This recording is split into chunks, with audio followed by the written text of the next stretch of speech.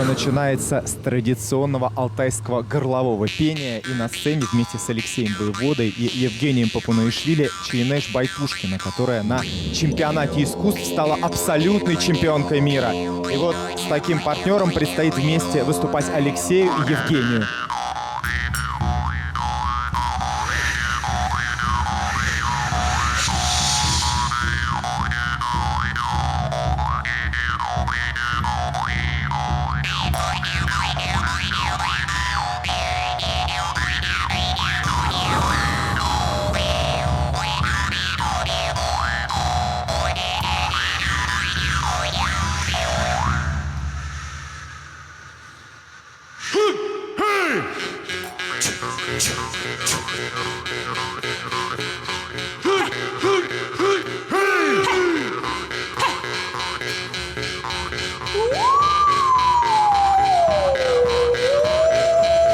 И никаких бэк-вокалистов. Ребята сейчас, по сути, дебютируют в чрезвычайно сложном виде искусства.